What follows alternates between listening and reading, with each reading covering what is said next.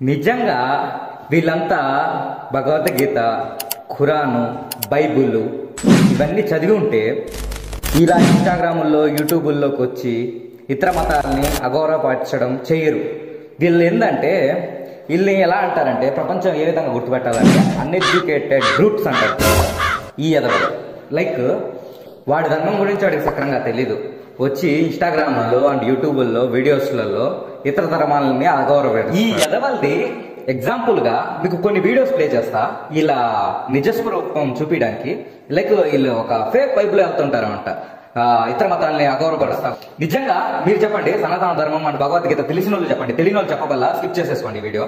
తెలిసిన వాళ్ళు చెప్పండి, మీ మతంలో, మీ సనాతన ధర్మంలో, మీ భగవద్గీతలో ఇతర మతాలని అగౌరవపరచండి అని ఎక్కడైనా రాసిందా? మా ఖురాన్లో అయితే లేదు, మా ఇస్లాంలో అయితే లేదు. మేము ఇప్పుడు అగౌరవం కూడా పరచలేదు.